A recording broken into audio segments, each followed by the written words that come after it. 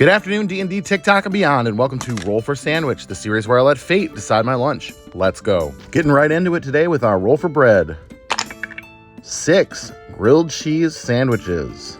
All right, I was getting worried that we weren't going to roll this before the end of the season. We've buttered our flat top and put down white bread and are topping it with some plastic cheese, aka American cheese singles. Going really simple with these grilled cheese sandwiches, just getting them nice and heated up, getting that cheese nice and melted and the bread nice and crispy. All right, let's get them to the plate. There we go. 2 grilled cheese sandwiches, betwixt which we will build a sandwich. All right, after all that, let's roll our main.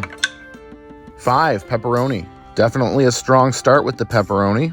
Let's keep it going. Next up, let's roll for cheese. 5 Swiss. Hey, look at that. My Swiss actually has holes this time. All right, next up, let's roll for some roughage. 2 radish and 9 jardinera. Okay, radish is an interesting choice. It'll be nice and crunchy, add a little bit of spice. I definitely don't see it hurting the sandwich. We'll see how much of a difference it makes. Jardinera is definitely a home run. Spicy pickled vegetables in oil with pepperoni. You really can't get much better than that. So far, this is going much better than I expected it to. All right, let's hit it with some wild magic. 3 fruit roll-up. If you're not familiar with fruit roll-ups, it's basically fruit leather. It's essentially candy, basically. We have weird things in America that we classify as fruit snacks that somehow then end up being sold as healthier options than candy, but it's essentially candy. This is just a piece of chewy sugar. So there's that, I guess.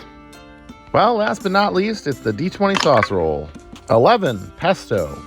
I mean, with the pepperoni and the jardinera, pesto's a pretty perfect roll. I guess we'll just have to see how that strawberry fruit roll-up impacts things. Let's go ahead and get our sandwich put together here. Get our toothpicks in to hold it together.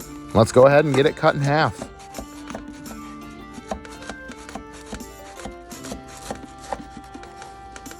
And let's take a look at that cross-section.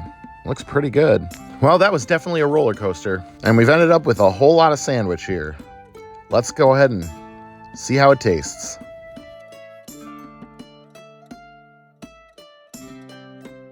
Yeah, this is pretty good. That fruit roll-up is so thin, you barely notice it. The extra American cheese and bread, I think, really cuts down on the spice of all the other ingredients, brings it into balance pretty well. Seems the dice gods tried to ruin things a little bit with chaos there, but this time they didn't succeed. We'll go with a 9.5, and I'm gonna call it Sandwichception. Well, as you may have guessed, there's still no baby, but don't worry, Mrs. Sandwich is doing just fine. Maybe I'll see you Monday.